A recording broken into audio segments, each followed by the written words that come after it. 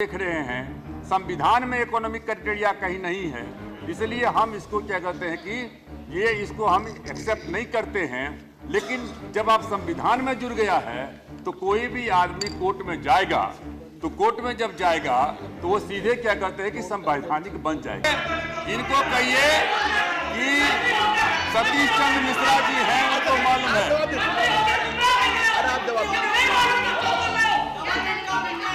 आप कृपया अपनी जगह पर बैठे, आपकी बात रिकॉर्ड पर ले जा रही है, कृपया हस्तक्षेप न करें। तो इसलिए मैं इस संविधान संशोधन विधेयक का समर्थन करते हुए सभी माननीय सदस्यों से अपील करना चाहता हूं कि ये बहुत ही एक ऐतिहासिक क्षण है और हम बाद में आएंगे उसके ऊपर में, लेकिन मैं एक दो बात की ओर सदन का ध्यान खींचना चाहूँगा। चले गए कपिल सिब्बल साहब, चले गए और शर्मा जी भी क्या कहते हैं कि नहीं हैं। अब हमको पता नहीं चल रहा है कि इनके स्पोक्समैन हैं कौन। शर्मा जी ने सवेरे सवेरे सब जोरदार ढंग से सपोर्ट किया, कल लोकसभा में सब लोगों ने सपोर्ट किया, तीन क्या कहते हैं खिलाफ में क्या कहते हैं कि मत पड़ा। आरजेडी के क्या कहते हैं कि मनोज झा जी हैं कि वो भी चले गए, उन्होंने भी सपोर्ट किया। तीन सिर्फ खिलाफ में गए, उनका नाम हम लोगों को मालूम है, ओवैसी जी वगैरह। और उसके बाद जब यहाँ मामला आया है तो खुल करके विरोध कर रहे हैं, कुछ कर रहे हैं। नहीं एक मिनट देखिए, एक minute please thank you please अपनी जगह बैठे। प्लीज माननीय कलिता साहब, आप सब नहीं प्लीज नहीं। देखिए हमने आरजेडी के संबंध में कहा, उन्होंने खुल के कहा कि मैं विरोध करता हूं।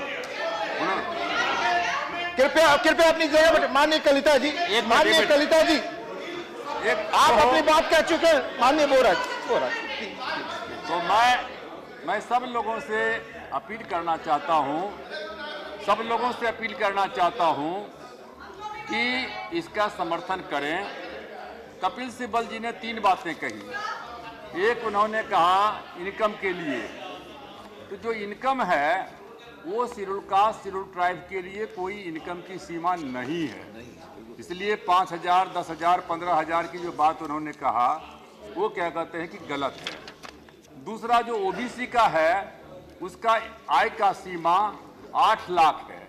ये नहीं है कि 8 लाख में कितने लोग आते हैं, 8 लाख तक है, 8 रुपया से लेकर के 8 लाख तक। उसी तरीके से जो अभी क्या कहते हैं कि जो आया है उसकी भी सीमा जो है 8 लाख है और 5 एकड़ है, मतलब 5 एकड़ तक। प्लीज अपनी जगह बैठे। प्लीज देखो, तुम बेटी के माननीय मंत्री जी, आप बोले, आपकी बात ही रिकॉर्ड पे जाएगी, आपकी बात ही रिकॉर्ड पे जाएगी, आप बोले। तो इसलिए करूंगा कि अपनी जगह बैठे। प्लीज मैं एक मिनट इधर से कोई मत बोलिए ना, बोलने दीजिए ना, अपना शांत हो जाएंगे ना। तो मैं let him finish, I will come, let him finish please. Manoj देखिए, I will come. Mishra ji मैं आऊंगा, मैं कहूंगा, झा साहब मैंने कहा, मैं आपको कहूंगा पॉइंट आउट। प्लीज आप बैठे।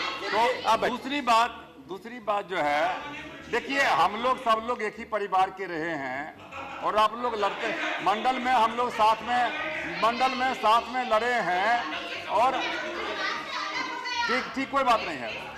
चल ठीक है, अच्छा ठीक है। कृपया आपका बोलने का समय। माननीय रामविलास जी की बात, क्या कोई और बात रिकॉर्ड पे नहीं जाएगी? आप बोले, सुनिए, आप बोले। दूसरी बात जो है, इन्होंने कहा कि जो 10% का दिया गया है, मंडल कमीशन के जज ने जो है उसको कहा इकोनॉमिक क्राइटेरिया नहीं हो सकता है। लेकिन इस बात को भूल गए कि मंडल कमीशन के सामने में जो है संविधान की धारा 16(4) था और 16(4) जो है वो सामाजिक और शैक्षणिक दृष्टिकोण से पिछड़े लोगों के लिए है। और इसलिए सुप्रीम अभी तक जो है संविधान की धारा 15 में या 16 में आर्थिक आधार नहीं जोड़ा गया था, और इसलिए उसने कहा कि हमारे सामने में सिर्फ 16(4) है और इस 16(4) में जो है उसको हमको जजमेंट देना है। इसमें सामाजिक और शैक्षिक दृष्टिकोण लिखा हुआ है, वो आर्थिक दृष्टिकोण क्या कहते हैं कि इसमें नहीं आ सकता है, और इस आधार पर उन्होंने कहा कि वो असंवैधानिक है क्योंकि संविधान में नहीं है।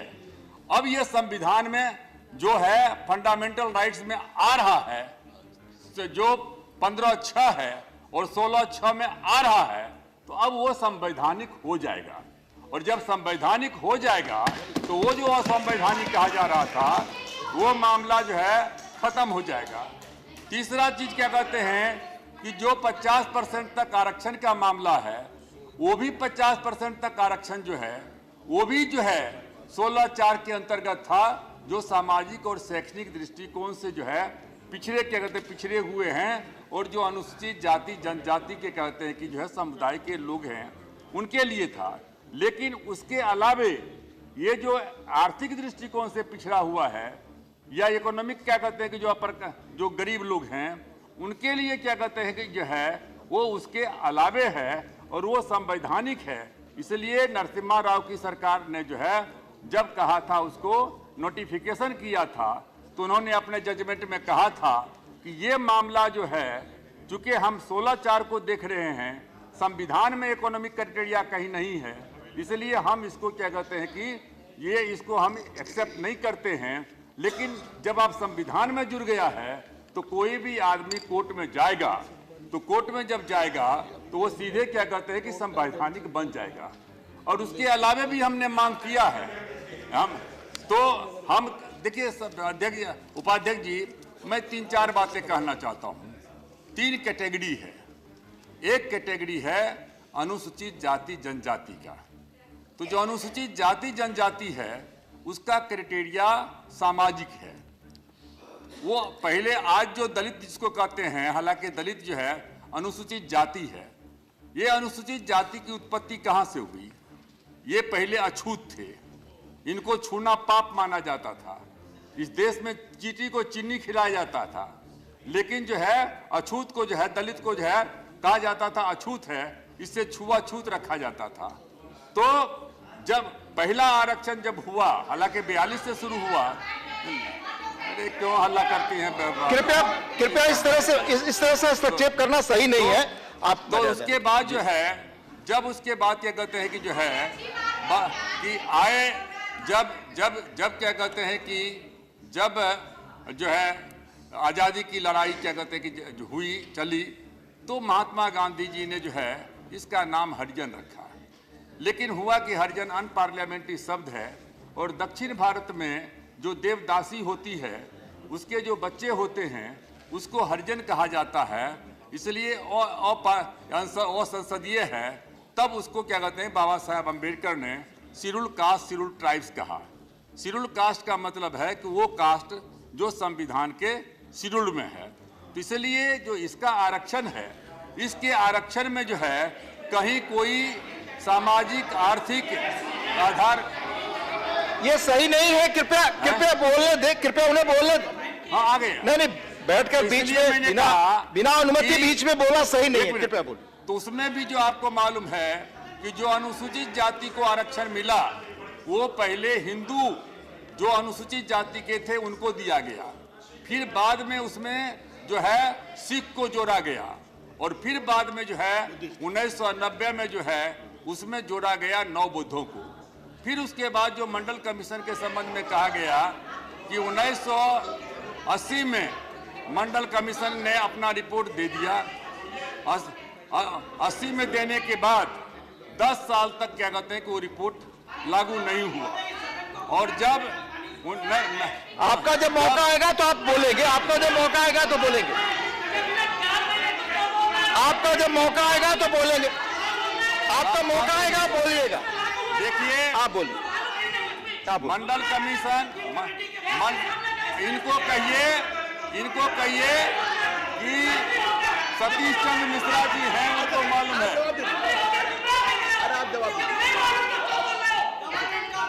आप कृपया अपनी जगह पर बैठे, आपकी बात रिकॉर्ड पर नहीं जा रही है, कृपया हस्तक्षेप न करें। तो इसलिए जो है 1989 में हम उस समय में मंत्री थे और बीपी सिंह जी की जब सरकार बनी तो उस समय में जो है मंडल कमीशन को लागू किया गया और उस समय में भी हम लोग चाहते थे कि इकोनॉमिक आधार पर हो, लेकिन जैसा कि कहा गया कि सुप्रीम कोर्ट ने देख रहा था 16/4 को और उसमें नहीं था, वो था। अब तीसरा जो मामला है वो है आर्थिक आधार का। जितने भी पॉलिटिकल पार्टी के लोग हैं, हर पॉलिटिकल पार्टी ने हमेशा से कहा है कि जो आर्थिक दृष्टिकोण से पिछड़े हुए लोग हैं उनको भी क्या कहते हैं कि विशेष अवसर मिलना चाहिए। आरक्षण का मतलब होता है विशेष अवसर होता है।